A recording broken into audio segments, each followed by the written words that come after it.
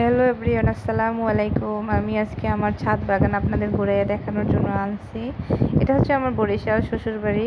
তো ছাদের উপরে টমেটো গাছ, ড্রাগন গাছ, তারপর নানান প্রজাতি অনেক গাছ আছে আর কি, যে মরিচ গাছ, বেগুন গাছ, তারপর হচ্ছে এই যে এটাও বড় একটা বেগুন গাছ, টমেটো গাছ, ওই যে বেগুনও আছে, দেখাচ্ছি আপনাদের, দাঁড়ান একটু ওয়েট করেন। এই যে বেগুন, বিভিন্ন গোল বেগুন আছে, তারপর লম্বা প্রজাতির, মানে কয়েকটা ধরনেরই আর কি আছে। এই যে এটা আছে একটা।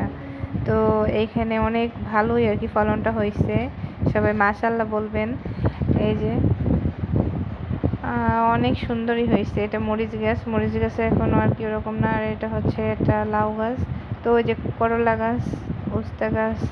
তো এখানে অনেক ফলের গাছ আছে। তো আমার কাছে খুব ভালো লাগে ফলের গাছ লাগাইতে, ফুল গাছ লাগাইতে খুব পছন্দ করি সব সময়ই। তো আপনারা দেখছেন আমার অনেক ফুল গাছ আছে বেলকনিতেও। এই হচ্ছে আর একটা জিনিস দেখাবো, এই হচ্ছে ডিম, মুরগির ডিম এগুলো। তো এই হচ্ছে আমার বাপজান।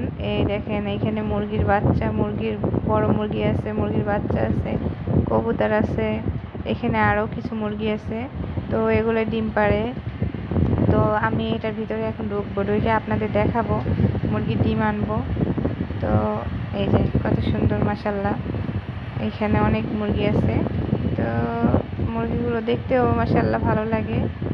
আবার একটু দিনের বেলা চাঁদ দেখালাম আপনাদের, সূর্য আর কি।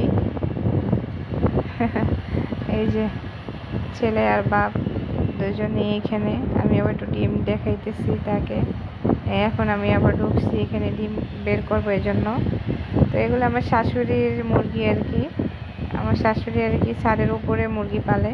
তো এই যে মুরগির ডিমগুলো কত সুন্দর মাশাল্লাহ। আমি এখন বের করতেছি মুরগির ডিমগুলো।